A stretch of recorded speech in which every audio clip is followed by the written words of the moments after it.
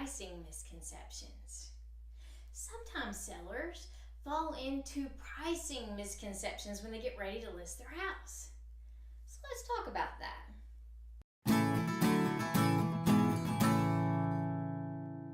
Hi, my name is Tonya Byrd and I am with Keller Realty Atlanta Partners in Peachtree City, Georgia. And today I have 6 pricing misconceptions that sometimes sellers fall into. And I don't want you to fall into these pricing misconceptions, so let's get started. Number 1, what you paid. So what you paid for the house is not a good indicator of what the house is going to sell for today. That was a different real estate market than today. And you see, the market, it adjusts daily, and you've got to really look at what the market is doing, because that's going to be the indicator of what it sells today. So get that idea about what you pay for it, scoot it out of your head, and look at what's happening today. Number 2, what you need. Now, sometimes sellers get themselves into situations of no fault to their own to where they need to get out of the house. What you cannot do is make the mistake of thinking, well, I need this amount of money, and here's how much I owe, and here's how much it's going to cost to get it sold, and I'm just going to tack on what I need on top. Because in doing that, you might run the risk of overpricing your house and not getting it sold. So expect that you may not get everything that you need, or that you're going to break even, or that you're going to have to bring money to the table. And if you cannot bring money to the table, then there's always the option to do a short sale. Just know that there's always a way out, and you do not have to walk away from the house and wind up screwing up your credit for like umpteen number of years. Number 3, what you want. So what you want is kind of like what you need. If you have this grandiose pie in the sky number of what you want to get out of the house, it may not be realistic. And so you have to look at what's happening in the market and then really determine what's your motivation. Do you really want to sell? And if you do, then you might not get exactly what you want out of the sale of the property. Number 4, what your neighbor said down the street.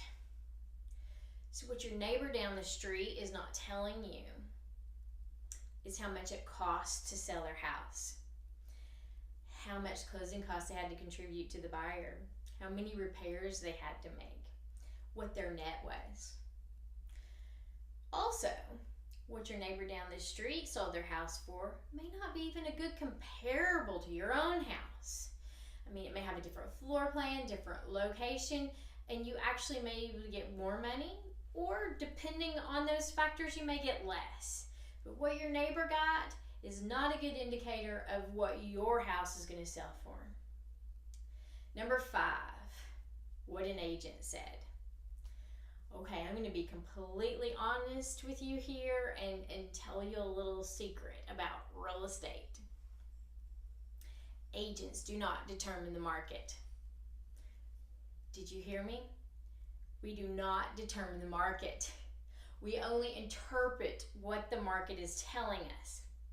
And the other factors that are involved in selling your house, such as condition, location, whether it's upgraded or not, that, in addition to what has sold and what other houses are up for sale, is what the market tells us your house is going to sell for. So don't go by on what somebody said it would sell for. Be certain that they are telling you that this is what the market is telling them that it's going to sell for. There's a difference. Number 6, what it costs to rebuild it today. So what it costs to rebuild it today is an insurance value, not a market value. And insurance values always tend to be a little bit higher than market value, because what it would cost to build the exact same house from the ground up today is most likely going to be more expensive than when it was when the house was first built, and could be more expensive than what the value of the house is today. So that is not a good indicator. So what are the indicators for buying and selling houses?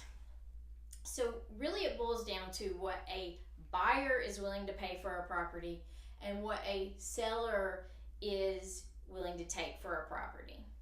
And buyers are going to be looking at the market on the solds, and they're also going to be looking at what is on the market for comparison. And based on all that, that's what they use to go in and determine what their offer is going to be. And then if it's agreeable to that seller, then you have a deal and it closes and you have what the market value is. So if you need help in determining your market value because you're getting ready to list your house and you're in the greater Atlanta area, reach out to me. I'd be glad to help. And if you're not in the greater Atlanta area and you want me to help you find a good real estate agent in your neck of the woods, give me a shout out. I'd be glad to help you out. So if you like this kind of material, please be sure to subscribe to my channel. Click that bell notification. Give me a big old thumbs up. Put some comments down there. Let me know if you've accidentally fallen into some of these pricing misconceptions or if you're thankful I told you about the pricing misconceptions. Anyways, I guess I will see y'all next time.